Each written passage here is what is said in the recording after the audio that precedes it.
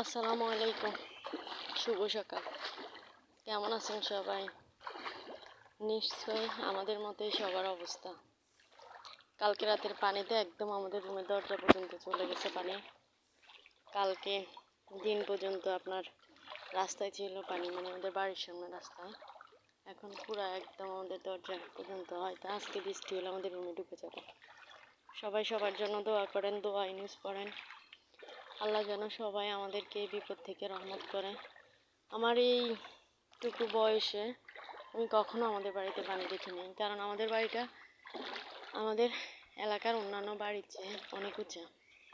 কিন্তু এই যে চারদিকে এরকম হয়ে গেছে, আপনার কি বলবো, রান্না করে খাওয়াটাও এখন কষ্ট, গ্যাসও শেষ হয়ে আসছে। খুবই ভয়ঙ্কর অবস্থা, পরিস্থিতি। যে মানে একটা জিনিস শেষ হলে যে বাজার থেকে আনবে সেই কোনো পরিস্থিতি নেই, কারণ রাস্তায় আরও প্রচুর পানি।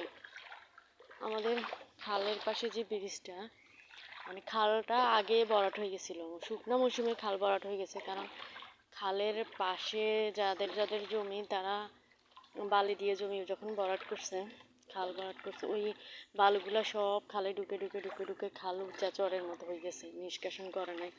তখন থেকে খাল ভরাট, একটু বৃষ্টি হইলে খালের পানি রাস্তায় আসতো। আর এখন তো মনে করেন যে এই কয়দিনের এই ভয়াবহ বৃষ্টি, খুব করুণ অবস্থা। মানে রাতে আমার ঘুম হয় না, যে এই বুঝি রুমে পানি ঢুকলো, এই বুঝি রুমে পানি ঢুকলো, এই বুঝি সাপ ঢুকলো, এই বুঝি কি ঢুকলো। ভয়ঙ্কর পরিস্থিতি।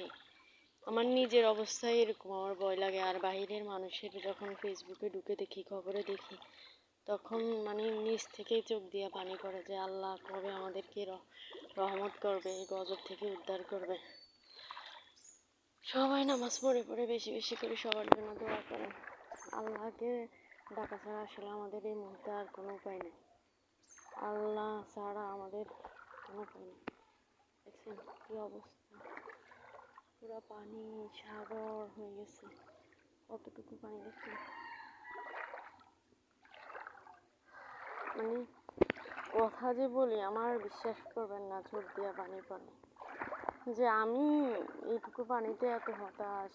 আর আমার অন্যান্য যারা আপনজনরা আছে, পাড়া প্রতিবেশী, সমাজের মানুষ, অন্যান্য জায়গায় নোয়াখালী, ফেনী, আপনার আরও চরাঞ্চলে যারা আছে, তাদের তো আরও কত করুণ পরিণতি।